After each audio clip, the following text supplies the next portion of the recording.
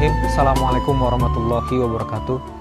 Para pemirsa MKTV yang dimuliakan oleh Allah Subhanahu wa Ta'ala, alhamdulillah Rabbil Alamin. Pada kesempatan kali ini kita bisa bersilaturahim dalam kajian Iftar MKTV. Sahabat-sahabat sekalian, pemirsa MKTV yang dimuliakan oleh Allah, pada kesempatan kali ini izinkan saya untuk membawakan sebuah kultum berupa bagaimana kita menggapai rahmat Allah.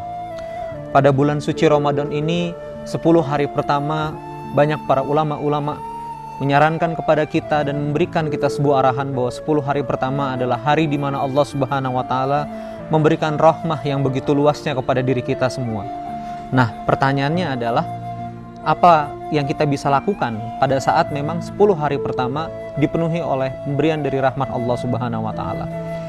Maka sebenarnya para pemirsa MKTV yang dimuliakan oleh Allah Subhanahu wa Ta'ala, ada beberapa hal penting mengenai rahmat Allah ini.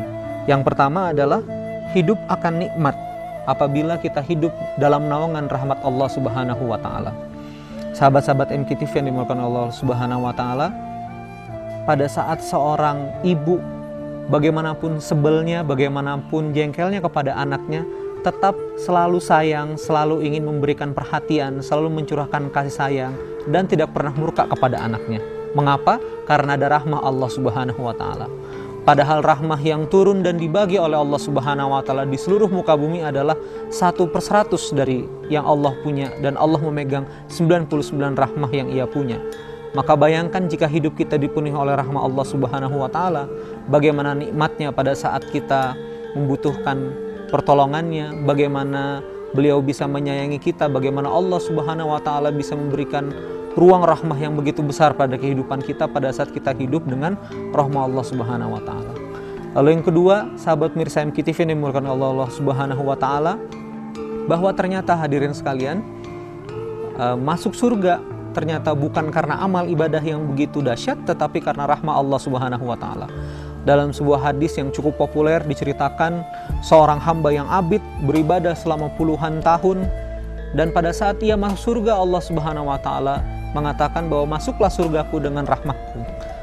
Tetapi ternyata sang abid itu sangat bertanya-tanya, mengapa aku tidak masuk surga dengan amal ibadahku? Ternyata Allah Subhanahu wa Ta'ala mengujinya dan mencobanya. Wahai para malaikat, timbanglah nikmat melihatnya, timbanglah nikmat melihat matanya. Lalu nikmat melihat mata itu dikumpulkan dalam satu timbangan. Lalu berikutnya amal ibadahnya diletakkan di timbangan yang lain, dan ternyata habis seluruh amal ibadahnya, tak bersisa. Nah, luar biasa, ternyata amal ibadah kita pun tidak bisa untuk menebus nikmat-nikmat, sekedar nikmat melihat saja. Dan ternyata kita masuk surga Allah Subhanahu wa Ta'ala dengan rahmatnya.